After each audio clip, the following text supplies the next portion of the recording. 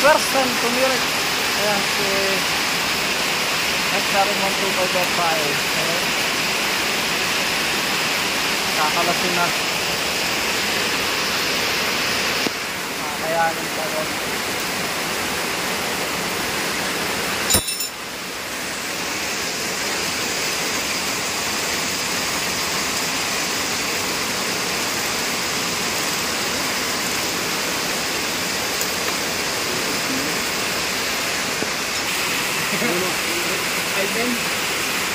May mga tumirik na rin po dito, nagayan? Nasira ko po yung cable. Ah, cable lang. Hanapin. Oh. Pero, okay ang tambok ko. Yun. Dami tubig, tambok ko. Pero hindi pumunta sa langis. Hindi. No, basta ka na tambok ko, hindi mo tambok ko ang ina. Nagkatubig ang lambot ko. Oh, lambot ko. Napakaselant mala mga kawaw nitong FI. Parang ayoko na. Wala hairfly balik.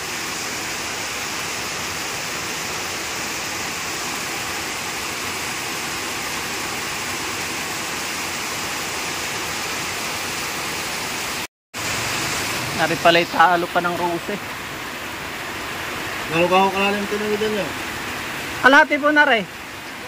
Tatawid pa lang sa bangka, hindi marunong yung mangyan at pinabubuhat ako, hindi naman ako masanay magbubuhat. Hindi pag-agayan buhat namin ay yung bangka ay na takbo, ayos siya, kumalang na ito. Kundi tinanggal yung katig, kumalang na po dun sa gilong na yun, yung katig. At di winasak na niya yung katig.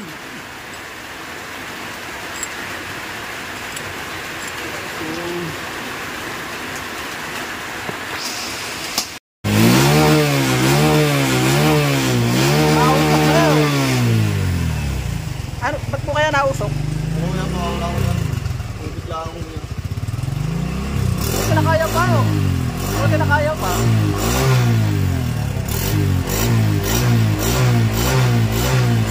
Ano bang? Ano lang kaya yung ginalaw? Naginis ko lang yung spark lang. Sarpag lang? Oh. Hindi, sabihin hindi pa nasira ang kanyang ano. Kasi naikot ko yung magmotor. Kaya kung yan pinilit no? Wasak. Bali ang kulog tira dito. Dito lang may pinahit ng konti. Oo. Kaya pinilit ko muna ako. Maselan pala yan. Ako hindi ko kaya yan kasi ano. Kailangan may ganda rin pyesa pala no. Kapag hindi alam pala ko ano eh. Ikapapalit ko lang sa isang araw. Oo, maganda pa ako eh. Sayang eh. Sabi mo ka to. Hahanap pa. Yan na, basta nangyari. So yan, pinasok din po ng tubig. Salamat kay Konsehal. Salamat po. Yan. Sa gusto ko makita ko muna malayo yan. Wasak sana ano po. Wala may ano yan. Salamat po. Yan. Ano ba yan? Wasak.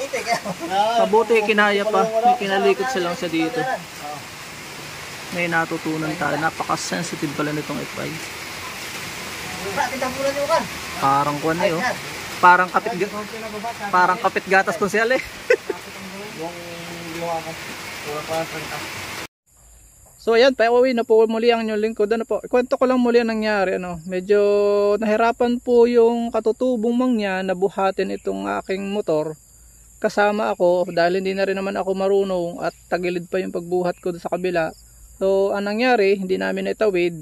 Napus nung katig at kailangan na lang namin ibalik para wag masira itong aking motor. Takot ko kanina. So ito pa lang at patay yung makina. So ito pa lang aking motor.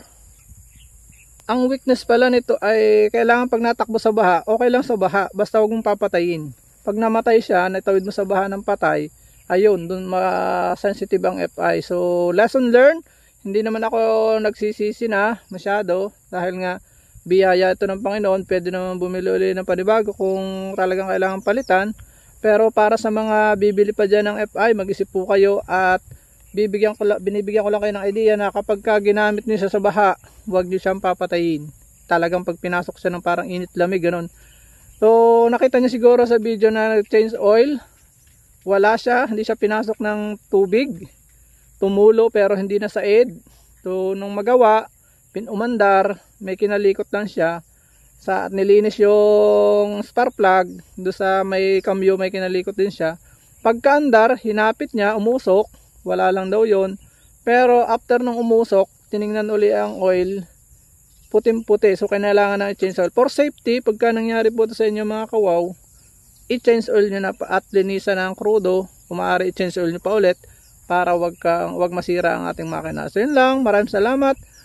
Pasalamatan ko anong meron, enjoy natin at i-discover ang weakness at strength natin motor. Bawat gadget may strength at weakness, kaya i-enjoy ko na lang ito at akin pong i-discover kung ano pa yung matutuklasan natin dito. Lahat na matutuklasan ko i-share ko po sa inyo. So yun lang, paalam and God bless. Hanggang sa muli po nating informative video. Paalam po muna, salamat sa ating pagsama sa ating adventure. Paalam po, bye bye, God bless.